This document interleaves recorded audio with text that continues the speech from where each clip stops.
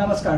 নৰেন্দ্ৰ মোদীৰ নেতৃত্বত ভাৰতৰ ভৱিষ্যত ভয়ংকৰ দিশত গতি কৰিছে। ৰিজাৰ্ভ বেংকৰ গভৰ্ণৰে ইতিমধ্যে ঘোষণা কৰিছে যে GDP মাইনাছলৈ গতি কৰিছে। আৰু এইখন দেশত নৰেন্দ্ৰ মোদীৰ নেতৃত্বত ৰাইজে ভাবিছে যে এওঁলোকে কিবা পোৱা নোপোৱা টিকেট পোৱা নোপোৱাৰ কাৰণে এওঁলোকে বিজেপি বিৰোধ কৰিছে। বিজেপিক আমি বিৰোধ কৰা নাছিলোঁ যেতিয়া বাজপেয়ীজী আছিলে। এনেকুৱা এজন বেপাৰীৰ হাতত ভাৰতৰ গোটেই ৰাজনীতিৰ বাকজৰীডাল পৰি গ'ল, যিজন মানুহে তেওঁ নেতৃত্ব লোৱাৰ পাছৰ পৰা ভাৰতৰ জনকল্যাণমূলক আঁচনিবিলাক বাদ দি পেলাই কেৱল আদানী আম্বানীৰ কল্যাণৰ ক্ষেত্ৰত তেওঁ গতি কৰিছে। যোৱাকালি আপোনালোকে দেখিছে যে ৰাম মন্দিৰ নিৰ্মাণৰ ক্ষেত্ৰত অতি নিলজ্জভাৱে পোষ্টাৰিং হৈছে। তাত ৰামৰে অৱস্থা এনেকুৱা হৈ গৈছে, যাক আমি ভগৱান ৰাম বুলি ভাবোঁ। তেওঁৰ নৰেন্দ্ৰ মোদীৰ বস্ত্ৰ এখন প্ৰকাণ্ড ফটোত ৰামেও এনেকুৱা অৱস্থা চাহশুদ্ধ অৱস্থাত পৰিছে যে নৰেন্দ্ৰ মোদীৰ আঙুলি ধৰি যাবলগীয়া হৈছে। ধৰি ল'লো ফটোখন তেওঁৰ শুভাকাংক্ষী কোনোবাই বনাইছে, কিন্তু প্ৰধানমন্ত্ৰীজনৰ নৈতিক দায়িত্ব থাকে যেন ভগৱানকো তেওঁ চাপকেশ্যনত ৰাখি চাহশুদ্ধ অৱস্থাত তেওঁহে ভগৱানক টানি নিবলগীয়া অৱস্থা হৈছে। অত্যন্ত দুৰ্ভাগ্যজনক, লজ্জাজনক কথা। গতিকে এই কথাবিলাক বুলি আমি পিছত গ'লোঁ, কিন্তু ভাৰতৰ প্ৰত্যেকজন লগতে অসমৰ প্ৰত্যেকজন জনতাক কৈছোঁ, জাগ্ৰত হওক আপোনালোক। আমি বিজেপি বিৰোধী নাছিলোঁ, নৰেন্দ্ৰ মোদী বিৰোধী নাছিলোঁ, কিন্তু যিজন নেতাৰ নেতৃত্বত ভাৰতৰ দায়িত্ব দিয়া হৈছে, তেওঁ এফালৰ পৰা তেওঁ নিৰ্বাচনী প্ৰতিশ্ৰুতিত কৈছিলে নেকি যে ৰাজহুৱা যিমান সম্পত্তি আছে তেওঁ বিক্ৰী কৰিব, প্ৰাইভেটাইজেশ্যন কৰিব। জৱাহৰলাল নেহৰুৰ পৰা একদম বাজপেয়ীজীলৈকে মনমোহন সিঙৰলৈকে যিমানবিলাক প্ৰধানমন্ত্ৰী মাননীয় আছিলে তেওঁলোকে পাব্লিক ছেক্টৰ ইউনিটবিলাক তেওঁলোকে বৃদ্ধি কৰিছিলে।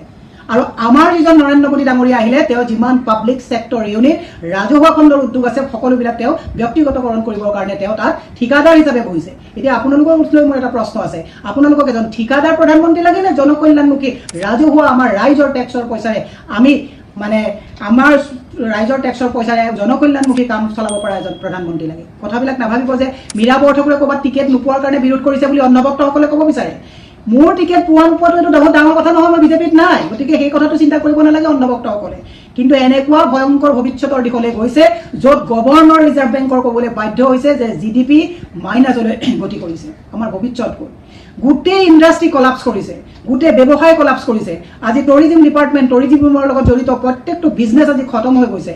কেৱল মাত্ৰ যিখিনি আমাৰ ঘৰুৱা যিটো গেলামালৰ দোকান বুলি কওঁ, সেই দোকানখিনিৰ বাদে বাকী কাপোৰৰ পৰা আদি কৰি যিমানবিলাক বিজনেছ আছে প্ৰত্যেকটো বিজনেছ ইতিমধ্যেই কলাপছ কৰিছে।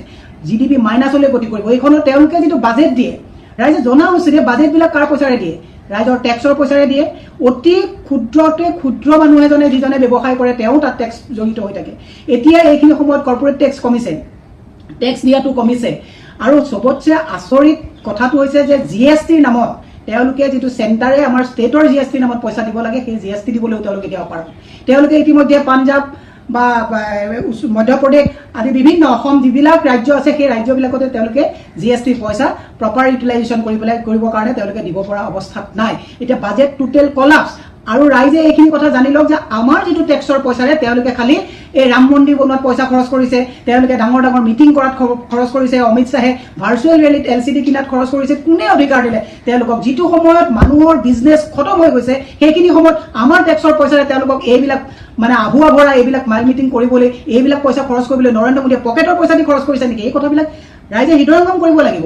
মই এটা কথাই ৰাইজলৈ বিনম্ৰভাৱে অনুৰোধ কৰিছোঁ, নৰেন্দ্ৰ মোদী নেতৃত্বত যিখন কেন্দ্ৰত চৰকাৰ আছে এইখন হৈছে মানুহক ভয় ভীতি দেখুৱাই তেওঁলোকে নিজ খেয়াল খুচিত আম্বানীৰ ফাইনেন্সত চলাই এতিয়া পেবেক তেওঁলোকৰ আহিছে কাৰণে আপুনি চাওক এই কৰোণাৰ সময়ত প্ৰত্যেকটো ইণ্ডাষ্ট্ৰি বিধ্বস্ত হৈ গৈছে, প্ৰত্যেকটো বিজনেছ বিধ্বস্ত হৈ যোৱাৰ পাছত আজি কিন্তু আম্বানী আদানী কিন্তু বিশ্বৰ ধনী মানুহৰ শাৰীত তেওঁলোক আজি আগতকৈও ঊৰ্ধ্বমুখী দিশত তেওঁলোকে গতি কৰিলে। এইবিলাক কথা আপোনালোকে চিন্তা কৰক। আজি BSNLটো আজি আপোনাৰ ইমান এটা সন্মানীয় প্ৰতিষ্ঠান, আজি BSNLৰ অৱস্থা তেওঁলোকে কি কৰিলে? জিঅ'ৰ ওচৰত BSNLক অপমিত্ৰ ঘটালে তেওঁলোকে। BPCL তেওঁলোকে ৰিলায়েন্সৰ ওচৰত তেওঁলোকে BPCLক খতম কৰি দিলে। ৰেলৱে তেওঁলোকে খতম কৰি দিলে, যিটো ৰেলৱে আমাৰ গৌৰৱ আছিল ভাৰতৰ, ৰেলৱে তেওঁলোকে খতম কৰি দিলে। আৰু দুদিনমানৰ ভিতৰত আপোনালোকে চাই থাকক LIC তেওঁলোকে খতম কৰিব, তাতো নৰেন্দ্ৰ মোদীৰ চকু ইতিমধ্যে পৰিছে। গতিকে এইবিলাক যে ৰাজহুৱা সম্পত্তিক এনেকৈ নিলাম কৰা, এনেকৈ যে ব্যক্তিগতকৰণ কৰাৰ প্ৰতিশ্ৰুতি তেওঁলোকে এই কথাবিলাক তেওঁলোকে ইলেকশ্যন মেনিফেষ্টোত লিখিছিলে নেকি? তো ৰাইজক আমি এটা বিনম্ৰভাৱে অনুৰোধ কৰিছোঁ, আমাৰতো এতিয়া 40-50 বছৰ বয়স হ'ল, আধা বয়স হৈছে, আমাৰ ল'ৰা ছোৱালীক আমি কাৰ হাতত এৰি থৈ যাম?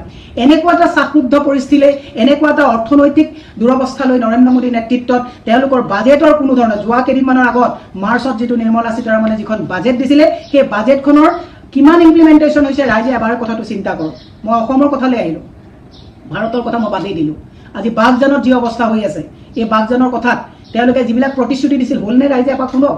তেওঁলোকে আকৌ নতুনকৈ বনাঞ্চল বনোৱাৰ নামত 34 কোটি টকাৰ গাড়ী তেওঁলোকে ক্ৰয় কৰিছে। ক'ত পালে এই পইচাবিলাক? এইবিলাক আমাৰ কষ্টৰ উপাৰ্জনৰ টেক্সৰ পইচা। এই পইচাবিলাক বন বিভাগৰ নিজৰ পইচা নহয়, ৰাইজৰ টেক্সৰ পইচা। আজি ৰাস্তা 4 লেনৰ নামত যি অৱস্থা হৈছে, আজি আপুনি যদি আপাৰ আছামলৈ গতি কৰে ৰাস্তাৰ গাঁতৰ কোবত আপোনালোকে অহা যোৱা কৰিলে কঁকালৰ বিষ উঠিব। এইবিলাক যে ৰুট টেক্স টোল গেট বনাইছে, এই পইচাবিলাক তেওঁলোকে কাৰ পইচা দি কৰিছে তেওঁলোকে? গতিকে ৰাইজক এটা কথা বিনম্ৰভাৱে অনুৰোধ কৰিছোঁ, ইয়াত ব্যক্তিগত কথা আমাৰ একো নাই। আমি চলি যাম, কিন্তু আমাৰ ল'ৰা ছোৱালী কেনেকৈ চলিব? টোটেল গোটেই ভাৰতবৰ্ষখন এটা প্লেনিং হৈছে যে আদানী আম্বানীয়ে ৰিলায়েন্স আৰু জিঅ' চলোৱা দি নামমাত্ৰ গভৰ্ণমেণ্ট এখন তেওঁলোকে কেন্দ্ৰত ৰাখি গোটেই চলাই আছে আম্বানীয়ে। আৰু 21ত মই আপোনালোকক কৈছোঁ, আম্বানীয়ে দায়িত্ব ল'ব প্ৰত্যেকখন ষ্টেটত যে টকা পইচা দি MLA বিলাক তেওঁলোকে জিকাই আনিব। গছৰ মুহাই হওক যিয়ে হওক, আপুনি বিজেপি চৰকাৰখন চাওক, বিজেপি চৰকাৰত থকা MLA কেইজনৰ পাৰফৰ্মেঞ্চবিলাক চাওক। নেতাগিৰি কৰিবলৈতো দম লাগিব। চব যদি নেতা যদি ভৰিত শৰণাপন্ন কৰে, তে এনেকুৱা নেতাৰ পৰা এটা সমষ্টিৰ কিবা উত্থানৰ কথা চিন্তা কৰিব পাৰেনে? গতিকে ৰাইজ সজাগ হওক। ৰাজনৈতিক নেতাসকলক যিমান আমি গালি পাৰোঁ, কিন্তু ৰাইজে যদি নিজে সতৰ্ক নহয়, নিজে কথাবিলাক বুজিবলৈ নাযায়, মই মীৰা বৰঠাকুৰ MLA হ'লো নহ'লো ডাজেণ্ট মেক ইট ডিফাৰেঞ্চ। সেইটো মোৰ ব্যক্তিগত কথা নহয়, আৰু সেইটো মোৰ ব্যক্তিগত লিপ্সা থকাহেঁতেন মই নিজেই বিজেপি ত্যাগ কৰি আহিছোঁ। তাৰপিছত কাৰ কাৰণে মোক তেওঁলোকে ইলিগেলি বৰখাস্ত কৰিছে। কিন্তু বিজেপিত এই বহু অন্ধভক্তই কয় যে টিকেট নাপালে কাৰণে গুচি গ'ল। মই নিজেই ৰিজাইন দি আহিছোঁ। এই কথাবিলাক অন্ধভক্তই অধ্যয়ন নকৰে। যদি ইমান ক্ষমতা লিপ্সা থাকিলেহেঁতেন বিজেপি ৰিজাইন দি নাহিলোহেঁতেন। গতিকে সেইকাৰণেই কৈছোঁ যে আপোনালোকে চকু খোলক। অন্ধভক্তসকলক কৈছোঁ চকু খোলক। এতিয়াও ছ'চিয়েল মিডিয়াত খুব ধুনীয়াকৈ কথা লিখি আছে, কিন্তু গধূলা গৈ ঘৰৰ পকেটটো খুলি চাবচোন। আপোনালোকৰ এই ভাল সময়খিনি উদীয়মান যুৱকসকলক কেৱল লোকৰ বেয়া কথা লিখিবৰ কাৰণে এংগেজ কৰিছে, কিন্তু আপোনালোকৰ সংস্থাপন কি কৰিছে এই কথাটো এবাৰ সুধিব। বিজেপিৰ যোৱা কমিটিখন চাওক, তেওঁলোকে খুব কথা কয়। এই কমিটিখনত হিন্দু মুছলমানটো কেনেকৈ বিভেদ কৰিলে তেওঁলোকে পুৰা দেখাই দিলে। তাত এজনো খিলঞ্জীয়া মুছলমানক তেওঁলোকে নাৰাখিলে। এই বিভেদবোৰ কোনে সৃষ্টি কৰিছে? আৰু এতিয়া তেওঁলোকে ৰাম মন্দিৰক লৈ পেলাই তেওঁলোকে হিন্দু মুছলমানৰ এটা বিভেদ আনি পেলাই তেওঁলোকে যিটো ৰাজনীতি কৰাৰ যিটো টাৰ্ম কাৰ্ড খেলিব বিচাৰিছে ৰাইজ, তেওঁলোকে ইয়াত হিন্দু মুছলমান কৰে, কিন্তু দিল্লীত বদৰুদ্দিনৰ লগত তেওঁলোকে কথা পাতে। ইয়াত হিন্দু মুছলমান কৰে, আছাদুদ্দিন ওৱেইচিৰ লগত তেওঁলোকে পেকেজত প্ৰত্যেকটো সমষ্টিত মুছলমান কেণ্ডিডেট উঠাই হিন্দু মুছলমানৰ ভোট কটাকটি কৰে। এই কথাবিলাক আপোনালোকে বুজি নাপায়। আজি আমি সৰু সৰু মানুহবিলাকে ইয়াত হিন্দু মুছলমানক লৈ পেলাই কাজিয়া কৰিছোঁ, কিন্তু আপুনি বদৰুদ্দিনৰ আজি অমিত শ্বাহৰ লগত যিমান ভাল, আমাৰ ইয়াত মানুহবিলাকে গম নাপায়। আছাদুদ্দিন ওৱেইচিক ইউজ কৰা হৈছে তেওঁলোকে হিন্দু মুছলমানৰ এই খেলবিলাক কৰিবৰ কাৰণে। এই কথাবিলাক বুজি পাওক। গতিকে আমাক তেওঁলোকে কি কৰিছে, সাপ হৈ খুটিছে, বেজ হৈ জাৰিছে। এই কথাবিলাক বুজি পাওক। গতিকে মোৰ বিনম্ৰ ৰাইজলৈ অনুৰোধ, GDPৰ অৱস্থা গভৰ্ণৰে কৈছে, মীৰা বৰঠাকুৰে কোৱা কথা নহয়, ৰিজাৰ্ভ বেংকৰ গভৰ্ণৰে কৈছে মাইনাছলৈ গতি কৰিছে। আৰু দুদিনমানৰ পিছত এনেকৈ থাকিলে বেমাৰ এটা হ'লে আপোনালোকে ব্লাড টেষ্ট কৰিবলৈ আপোনালোকৰ হাতত পইচা দিব পৰা ক্ষমতা নাথাকিব। মই বাকী কথা বাদেই দিলোঁ। নিউট্ৰিচনেল ক্ৰাইচিছ হ'ব আপোনালোকৰ, কাৰণ খাদ্য সামগ্ৰীৰ যি দাম বৃদ্ধি হৈছে, এই দাম বৃদ্ধিৰ খাদ্য সামগ্ৰী কিনি আপোনালোকে খাব নোৱাৰা হ'ব। গতিকে মোৰ বিনম্ৰ ৰাইজলৈ অনুৰোধ, আপোনালোকে নেভাবিব আমি বিৰোধৰ কাৰণে বিৰোধ কৰিছোঁ। ৰাইজলৈ বিনম্ৰ এটাই অনুৰোধ যে আপোনালোকে দিছপুৰলৈ যাক পঠায়, কাম কৰিব জনা কৰ্মঠ লোকক পঠাওক। এনেকুৱা নিকম্মা মেৰুদণ্ডহীন যোনে কেন্দ্ৰত আঁঠু লয় এনেকুৱা মানুহক বাৰে পাতে আপোনালোকে যদি দিছপুৰলৈ পঠায়, এনেকৈ শাসন পাব। আৰু মাননীয় মুখ্যমন্ত্ৰী মহোদয় শেষত বাবে অনুৰোধ কৰিছোঁ, কিমান আৰু সমষ্টি সলায়? এইবাৰ শুনিছোঁ আপুনি বোলে মাজুলীৰ পৰা ডিব্ৰুগড় যাব। তাৰমানে আপোনাৰ নৈতিক দায়িত্ব এটা সমষ্টিৰ প্ৰতি নাই নেকি? আপুনি প্ৰত্যেকবাৰে আপুনি এবাৰ ডিব্ৰুগড়ত খেলিলে, এবাৰ মৰাণত খেলিলে, এবাৰ লখিমপুৰত খেলিলে, এবাৰ মাজুলীত খেলিলে, এইবাৰ শুনিছোঁ আপুনি ডিব্ৰুগড় যাব। তাৰমানে এটা সমষ্টিৰ প্ৰতি আপোনাৰ একেলগে কাম কৰি থকা বাকী কেইজন সমষ্টি, হিমন্ত বিশ্ব শৰ্মাকে ধৰক, বাকী ৰকিবুল হুছেইনকে কংগ্ৰেছৰ ধৰক, ৰিপুন বৰাকে ধৰক, বাকী বদৰুদ্দিনকে ধৰক, প্ৰত্যেকজনে নিজৰ সমষ্টিটোত বাৰে বাৰে খেলি আছে। আপুনি সদায় সমষ্টি আনি পলায়ন কিয় কৰে? এনেকুৱা পলায়নবাদী নেতৃত্বত এজনৰ ওচৰত অসম সুৰক্ষিত নে? ৰাইজে কথাবিলাক বিবেচনা কৰিব।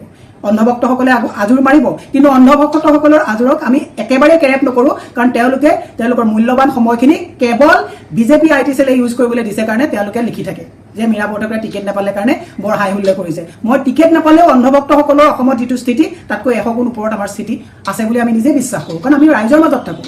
গতিকে ৰাইজলৈ অনুৰোধ, নৰেন্দ্ৰ মোদীৰ এই বেপাৰীজনৰ নেতৃত্বত যদি ভাৰতবৰ্ষৰ বাঘজৰী আৰু অহা 5 বছৰ দিয়া যায়, তেতিয়াহ'লে জানিব আমি বাকী একো নকৰাকৈ খাদ্য সংকটত, নিউট্ৰিশ্যন সংকটত, অৰ্থ সংকটত আমি এনেকুৱা এটা চুনামিলৈ গতি কৰিম, যাৰ গত্যন্তৰ আপোনালোকে তেতিয়া ৰিথিংক কৰিলেও হাতত আমাৰ একো ব্যৱস্থা নাথাকিব। যেতিয়া এজন মানুহ সম্পূৰ্ণ কুঙা হৈ যাব, কিডনী যেনেকৈ শৰীৰ এটাৰ কিডনী, লিভাৰ, হাৰ্ট চব যদি এবাৰ বেয়া হৈ যায়, তাৰপিছত আপুনি যিমান মেডিচিন নাখাওক আৰু তাক ৰিকভাৰী কৰিব নোৱাৰে।